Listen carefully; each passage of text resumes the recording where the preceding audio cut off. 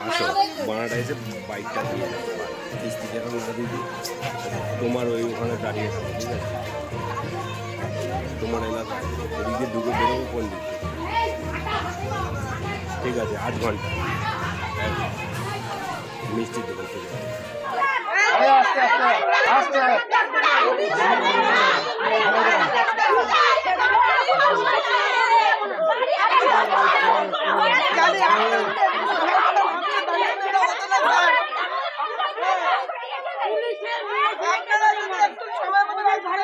চাকরি কিসের এদের জন্য? কি অভিযোগটা কি?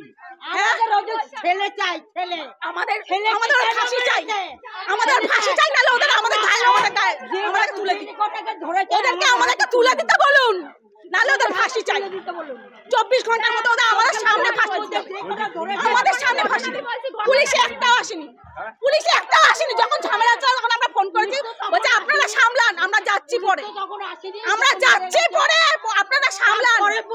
কেন পুলিশ কিসের জন্য চাকরি করছে? কিসের জন্য? নেতা মন্ত্রীদের সঙ্গে জন্য? হ্যাঁ, পাড়ায় ভোট। আপনার নাম কি? আপনার নাম কি? আমার নাম মামুনি। কি অভিযোগটা কি? অভিযোগ করবো না, আমাদের ছেলে মারা গেছে, ছেলে চাই, আর নাহলে যে কোনো ধরেছে সব কটাকে ধরে দিই, আমাদের হাতে তুলে দিই। কেন কেন ছেলেকে কেন মারলো? কেন মারলো? ছেলে তো কিছু রাত 2:30টার সময় পার্টিগত কোনো ছেলে, ঠিক আছে, পার্টি করে, তৃণমূল পার্টি, হঠাৎ করে এসে অ্যাটাক করে। আমরা সবাই ঘরে ঘুমাচ্ছিলাম, আমার বাবা, আমার মা, আমরা সবাই ঘরে ঘুমাচ্ছিলাম, আমরা কিছু জানতাম না।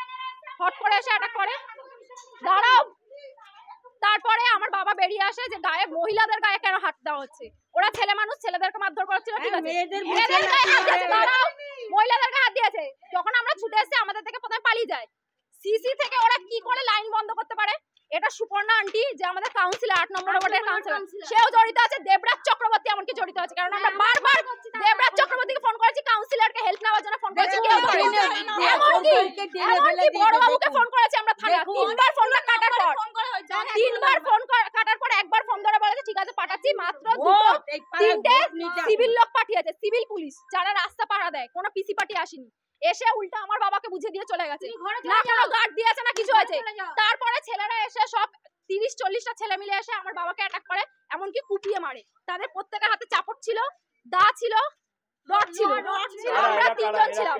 দেবরাজ চক্রবর্তীর ছেলে, সুপর্ণা ঘোষের ছেলে, নাম হচ্ছে সোনু, ঈশান, বঙ্কাই, মিয়া, কপিল, আর কে কে ছিল?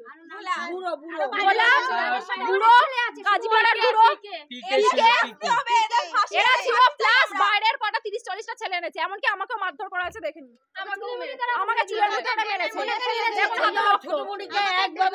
মেরে ফেলা হয়েছে। আপনার বাবার নাম কি?